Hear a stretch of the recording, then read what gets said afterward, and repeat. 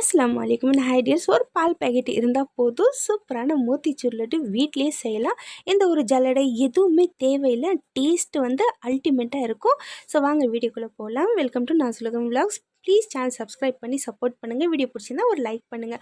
First வந்து ஒரு cup அளவுக்கு, ஏதாவது ஒரு கப் நீங்கள் வந்து அளவுக்கு வச்சுக்கோங்க. கடலை மாவு எடுத்துருக்கிறேன். ஸோ அதை நல்லா நம்ம ஜலிச்சிக்கலாம். ஸோ ஜலிக்கிறதால வந்து நமக்கு எந்த விதமான லம்ஸும் வராது. ஸோ பர்ஃபெக்டாக நம்ம ஜலிச்சு எடுத்துக்கலாம். ஸோ ஒரே கப் தான் எடுத்துருக்கிறேன். மெஜர்மெண்ட் பார்த்திங்கன்னா 180 கிராம் எடுத்துருக்கிறேன். அப்புறம் அதே கப்பில் வந்து சர்க்கரை வந்து ஃபுல்லாக ஒரு கப் எடுத்துருக்கிறேன். ஸோ சர்க்கரை ஸ்வீட்னஸ்க்கு ஏற்ற மாதிரி கம்மி ஜாஸ்தி நீங்கள் பண்ணிக்கோங்க. ரேஷன் சர்க்கரை இருந்தால் கொஞ்சம் அதிகமாக எடுத்துக்கோங்க. கடலை வாங்கினது இருந்தால் ஒரு கப்பு கம்மியாக வச்சுக்கோங்க. ஓகேவா? அண்ட் அதே கப்பில் வந்து ஒரு கப் அளவுக்கு தண்ணியும் நான் எடுத்துக்கிறேன். ஸோ இப்போ வந்து ஒரு வேறு பவுலில் வந்து மாவு மாற்றிக்கிட்டேன். ஸோ ஊற்றுறதுக்கு ஈஸியாக இருக்கும் அப்படின்னு சொல்லி. ஸோ இதில் அந்த ஒரு கப் தண்ணியில் வந்து பாதி அளவுக்கு போட்டுட்டு எந்த ஒரு விஸ்கெல்லாம் இல்லாமல் கையிலே நல்லா மிக்ஸ் பண்ணிக்கலாம். ஸோ கொஞ்சம் கொஞ்சமாக தண்ணி போட்டு நம்ம மிக்ஸ் பண்ணிகிட்டே இருக்கலாம். ஸோ நம்ம வந்து ஒரேடியாக தண்ணி ஊற்றிட வேணாம். ஓகேவா? ஒவ்வொரு மாவு வந்து ஒவ்வொரு விதமாக இருக்கும். ஸோ நல்ல பிராண்டடாக குவாலிட்டியான மாவு தான் எடுக்கணும்னு அவசியம் இல்லை. நார்மலாக நான் கடையில் வாங்கிட்டு வந்தது தான். ஸோ செய்கிற விதத்தில் தான் டேஸ்ட் இருக்குது. ஓகேவா? ஓகே, இதை வந்து நான் இந்த மாதிரி ஒரு பதத்தில் எடுக்கிறேன். நான் உங்களுக்கு காட்டுறேன் பாருங்கள். ஒரு கரண்டி வச்சு ஸ்பூன் இந்த மாதிரி பண்ணால் ஸோ மொத்தம் இறங்கி ஸ்பூன் தெரியக்கூடாது. அதே மாதிரி ஸ்பூன்லேயே நிற்கக்கூடாது. நல்லா ஒழுகணும் ஸ்பூன்லேருந்து. ஸோ அந்த மாதிரி கரெக்டான கன்சிஸ்டன்சியில் ரெடி பண்ணிக்கோங்க. ஒரு 2 ஸ்பூன் அளவுக்கு, அதாவது பெரிய கரண்டியில் ஒரு கரண்டி அளவு தண்ணி வந்து மிச்சமாகிடுச்சு. ஸோ இப்போ இது ஒரு பால் பேக்கெட் எடுத்துருக்கிறேன். ஸோ பால் பேக்கெட் எடுத்துகிட்டு அதை நல்லா தண்ணி போட்டு வாஷ் பண்ணி எடுத்துட்டேன். ஸோ இப்போ வந்து இதை ஹோல் இருக்குல்லையே, அதில் டைரெக்டாக ஒரு கிளாஸ் வச்சு இல்லை பவுல் வச்சு எப்படி உங்களுக்கு கம்ஃபர்டபுளாக இருக்கோ அப்படி பண்ணி அதில் ஊற்றிடுங்க. நீங்கள் பிகினர்ஸ், உங்களுக்கு ஹேண்டில் பண்ண முடியாது அப்படின்ற பட்சத்தில் வந்து நீங்கள் கால்வாசி அளவுக்கு அதில் சேர்த்துக்குங்க. இல்லை எனக்கு ஹேண்டில் பண்ண தெரியும் அப்படின்றப்போ நீங்கள் வந்து எவ்வளோ உங்களால் முடியுமோ அவ்வளோ நீங்கள் ஊற்றிக்குங்க. ஓகேவா? ஊற்றிட்டு நான் கொஞ்சம் அதிகமாகவே ஊற்றிக்கிறேன். ஊற்றிட்டு நல்லா இதை ரப்பர் பேண்ட் போட்டு நல்லா டைட்டாக கட்டிடுறேன். கட்டிட்டு இப்போ ஹோல் வந்து நம்ம கரெக்டாக ரொம்ப கம்மியாக வந்து கட் பண்ணணும் முடிஞ்ச அளவுக்கு.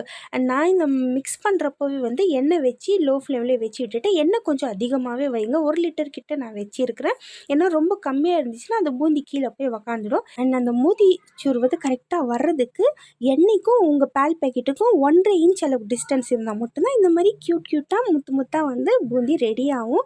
ஸோ பர்ஃபெக்டாக ஃப்ரை பண்ணி எடுத்துகிட்டு ரொம்ப முறுமுறுன்னு இருக்கக்கூடாது, ரொம்ப சாஃப்டாகவும் இருக்கக்கூடாது. மொத்தம் ஃப்ரை பண்ணி எடுத்துகிட்டேன். ஸோ இப்போ வந்து அந்த ஒரு கப் தண்ணியில் வந்து ஒரு 3/4 கப் அளவுக்கு தண்ணி சேர்த்து நான் நல்லா கொதிக்க விடுறேன். இப்போ வந்து கேசரி கலர், இதுக்கு வந்து கண்டிப்பாக இந்த கலரில் தான் இந்த லட்டு இருக்கும். ஸோ உங்களுக்கு வேறு கலர் வேணாலும் நீங்கள் சேர்த்துக்குங்க. ஒரு 2 பிஞ்ச் போட்டு நான் நல்லா மிக்ஸ் பண்ணிக்கிறேன்.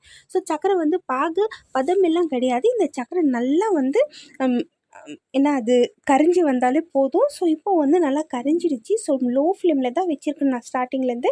இப்போ இருக்கிற பூந்தி எல்லாத்தையும் நான் சேர்த்துட்டு நான் மேலேருந்து போடுற கீழே கொஞ்சம் எண்ணெய் சேரும். அண்ட் நீங்கள் வந்து என்கிட்ட நிறைய பணம் இருக்குது, நான் நெய் லட்டு தான் சாப்பிடுவேன்னா நீங்கள் தாராளமாக நெய்லேயே ஃப்ரை பண்ணி எடுத்துக்கலாம். ஆனால் நான் எண்ணெயில் செஞ்சு அந்த நெய்யில் பண்ண டேஸ்ட்டு வர வைக்கிறதுக்கு என்ன பண்ணணும் அப்படின்றத நான் சொல்கிறேன். ஸோ இதை நல்லா மிக்ஸ் பண்ணிக்கோங்க. லோ ஃப்ளேம்லேயே வச்சு இங்கே பாருங்கள், இந்த மாதிரி நல்லா திக்காக வந்து அந்த சாஃப்ட் ஆகிடும். அந்த பூந்தி எல்லாமே நல்லா கொஞ்சம் கிட்டத்தட்ட மேஷ் ஆகிற மாதிரி ஆகும். ஸோ அந்த மாதிரி ஆனால் தான் வந்து பிடிக்கிறதுக்கு பர்ஃபெக்டாக இருக்கும். இந்த மாதிரி பண்ணிவிட்டு கொஞ்சம் நேரம் ஆற விட்டுடலாம். அதாவது லட்டு நம்ம இல்லை பிடிக்கிற ரேஞ்சுக்கு வந்து சூடு இருந்தால் போதும். அது வரைக்கும் நம்ம விட்டுடலாம். இப்போ ஓரளவுக்கு வந்து ஆறிடுச்சு. இப்போ வந்து ஒரு 2 கரண்டி அளவுக்கு நான் நெய் சேர்த்துக்கிறேன். அண்ட் இந்த தர்பூசணி விதை இருக்குல்லையே, அதையும் சேர்த்துட்டு நல்லா மிக்ஸ் பண்ணுறேன். ஸோ கால்வாசி மேஷ் ஆன பூந்தி வந்து இப்போ ஒரு 3/4 மேஷ் ஆகிடும். ஸோ இப்போ வந்து இங்கே பாருங்கள், இந்த மாதிரி ரவுண்டாக பிடிச்சி நீங்கள் அப்படியே கையில் அசைச்சாலே போதும். பர்ஃபெக்டான லட்டு வந்து ரெடி ஆகிடும். ஸோ இந்த வீடியோ பிடிச்சினா மறக்காமல் லைக் பண்ணி சேனல் சப்ஸ்கிரைப் பண்ணி சப்போர்ட் பண்ணுங்கள். ஓகேவா? ப்ளீஸ் பெல் பட்டன் ப்ரெஸ் பண்ணிக்கோங்க. அப்போ தான் நான் போடுற வீடியோஸ் உங்ககிட்ட வந்து சேரும். அண்ட் நீங்கள் பண்ணியிருந்தீங்கன்னா எப்படி இருந்துச்சு ரிசல்ட் மறக்காமல் கமெண்ட்லேயே சொல்லுங்கள். தேங்க்யூ.